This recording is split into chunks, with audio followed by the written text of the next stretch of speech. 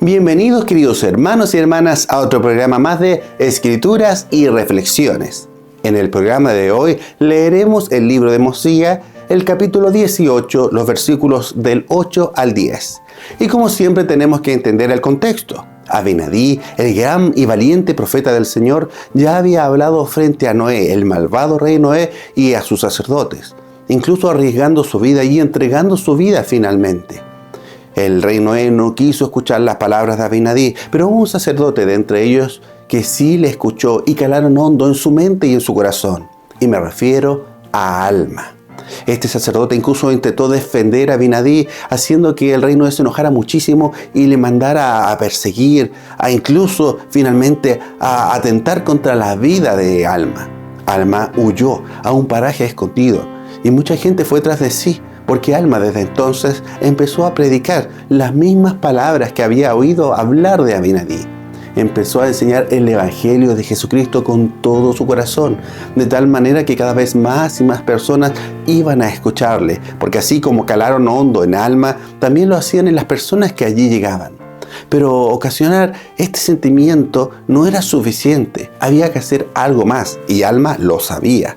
Cerca de las aguas de Mormón, entonces hizo una invitación bautismal a todas estas personas, una invitación a bautizarse. Pero para poder lograr esa invitación a bautizarse, tenían que entender cuáles eran los requisitos del bautismo, qué necesitaban para lograr este bautismo y qué es lo que significaba este bautismo. Esto viene en la escritura del día de hoy.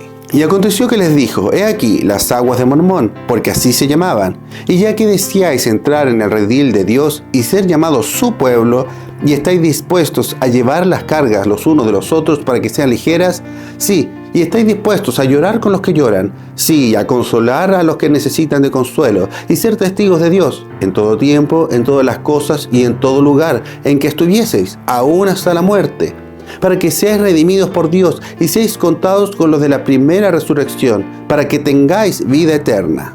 En este punto empieza a describir los requisitos del bautismo, y quise hacer una pausa para poder hablar primero acerca de lo que ya se dijeron en estos dos primeros versículos. El primer requisito que aquí menciona puede sonar un poco obvio, pero no lo es tanto. Dice que tenemos que tener el deseo de entrar en el redil de Dios. El deseo. Primero, para ser bautizados debemos desear ser bautizados. Una cosa importante de entender aquí es que tenemos que tener un grado de conciencia mínima para poder ser bautizados, de tal modo de que en verdad deseamos ser bautizados. En la iglesia de Jesucristo se bautizan aún los niños, pero desde una edad que se considera de responsabilidad, desde los 8 años en adelante. E incluso pasan por una entrevista bautismal, y allí se considera si en realidad son conscientes, si en realidad tienen un deseo real de ser bautizados o no. Esto es muy importante, porque no podemos bautizar a alguien que en realidad no tenga el deseo, no tenga la conciencia mínima para poder hacer esto, que más adelante dice es un convenio con Dios, es algo que yo estoy dispuesto a hacer. De hecho, la segunda cosa que aquí dice es una disposición, una decisión justamente, una decisión que nosotros deseamos.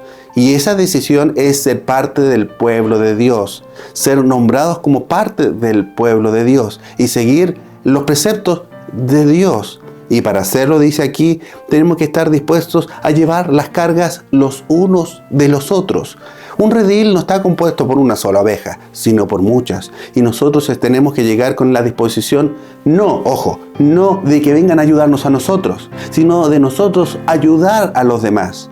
Imagínense, si todos llegaran con la disposición de que nos ayuden, entonces nadie ayudaría a nadie, porque todos estarían esperando que los ayuden a uno mismo. Pero si todos llegamos con la disposición de ayudar a los demás, terminaríamos ayudándonos los unos a los otros.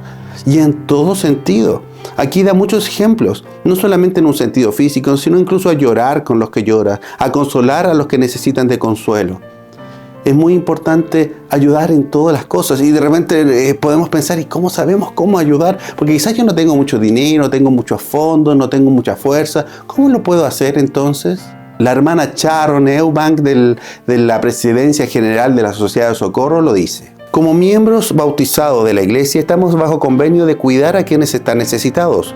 Nuestros esfuerzos individuales no necesariamente requieren dinero o lugares muy lejanos. Requieren la guía del Espíritu Santo y un corazón dispuesto a decirle al Señor: heme aquí, envíame a mí. Esa es la disposición que necesitamos, de tal manera de estar dispuestos de verdad a ayudar de acuerdo al Espíritu nos lo indique. Debemos escuchar al Espíritu, seguirle y ayudar a otros.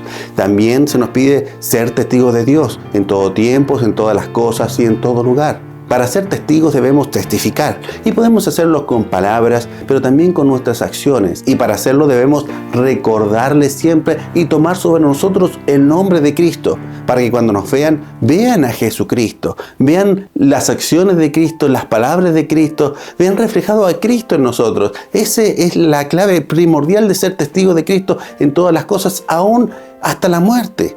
Es muy importante que no seamos testigos de Cristo solamente el día domingo o el domingo de ayuno y testimonio, nos paremos adelante y demos nuestro testimonio, lo cual igual debemos hacer, sino que tiene que ser en todo tiempo, aún en nuestros trabajos, en nuestros estudios, con nuestros amigos, en todo lugar, no solamente el día domingo, en todos los días de la semana. Pero no solo eso, sino que aquí dice para que seamos redimidos por Cristo. La redención es el perdón de nuestros pecados. Jesucristo ya expió nuestros pecados, pero ahora tenemos que hacer nuestra parte. Tenemos que aplicar la fe y el arrepentimiento para lograr ese perdón de los pecados. Es decir, eso ya viene como prerequisito para poder bautizarnos. ¿Queremos ser redimidos? Tenemos que aplicar esa fe y ese arrepentimiento antes de hacerlo y tener esa disposición. Y entonces podremos lograr la vida eterna. En el versículo 10 dice: os digo ahora, si este es el deseo de vuestros corazones, ¿qué os impide ser bautizados en el nombre del Señor como testimonio ante Él de que habéis concertado un convenio con Él, de que lo serviréis y guardaréis sus mandamientos para que Él derrame su Espíritu más abundantemente sobre vosotros? Pues bien, aquí recalca un tema muy importante. Si tenemos esa decisión, si tenemos esa disposición, es entonces cuando debemos bautizarnos y tenemos que hacerlo. El bautismo no es una señal de que ya llegamos al estado de perfección, sino es un comienzo. Es el momento en que nosotros prometemos al Señor que de aquí en adelante vamos a guardar sus mandamientos.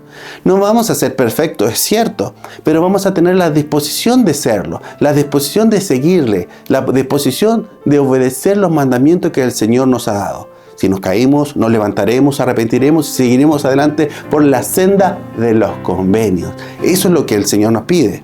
Pero como es un convenio, es un contrato por ambas partes. Nosotros prometemos obedecer los mandamientos, ser testigos de Cristo, es decir, tomar sobre nosotros el nombre de Cristo y recordarle siempre. Y Él promete de que el Espíritu Santo estará con nosotros, dice, más abundantemente. Es decir, recibiremos la guía del Espíritu Santo, que nos llenará de fuerza, nos servirá de guía, podrá mostrarnos el camino que nos lleva hacia la vida eterna. De tal manera de que no estaremos solos por esa senda que a veces es tan pesada. Y tendremos carga. No pensemos que porque el Señor nos perdona los pecados al momento de arrepentirnos y al bautizarnos vamos a ser perfectos. Las piedras a lo largo de nuestra vida se acumularán. Pero el Señor nos ayudará a que esas cargas sean ligeras. Nosotros podemos incluso ser instrumentos para aliviar las cargas de los otros, llevando las cargas los unos de los otros. Pero también el Señor llevará nuestras cargas y entonces podremos llegar hasta el final del camino. ¡Qué promesa más hermosa! Si tan solo nosotros deseamos seguir ese camino al final. No solamente debemos bautizarnos, tenemos que entender estas cosas. El elder Wirthlin, quien fue en otro tiempo miembro del Quórum de los 12, dijo: a lo largo de mi vida he observado que cuando las personas llegan a comprender plenamente las bendiciones y el poder de su convenio bautismal, ya sea como conversos nuevos o como miembros de la iglesia de toda la vida, experimentan una gran dicha en su vida y encaran sus responsabilidades en el reino con un entusiasmo contagioso. Queridos hermanos y hermanas, llenémonos de ese ánimo al entender el convenio que estamos haciendo. Y si no lo ha hecho, piénselo y hágalo y su vida va a cambiar. Tendrá esa fuerza y ese ánimo renovado para poder llegar hasta el final, como Cristo lo hizo, con esa alegría contagiosa, porque llegaremos hacia donde realmente deseamos, hacia la felicidad más grande de todas, la felicidad eterna, la vida eterna. Y ese fue otro de Escrituras y Reflexiones. Recuerde, querido hermano, a darle like si no lo ha hecho y de suscribirse y de compartir este mensaje con todos para que entre todos aprendamos más del Evangelio de Cristo.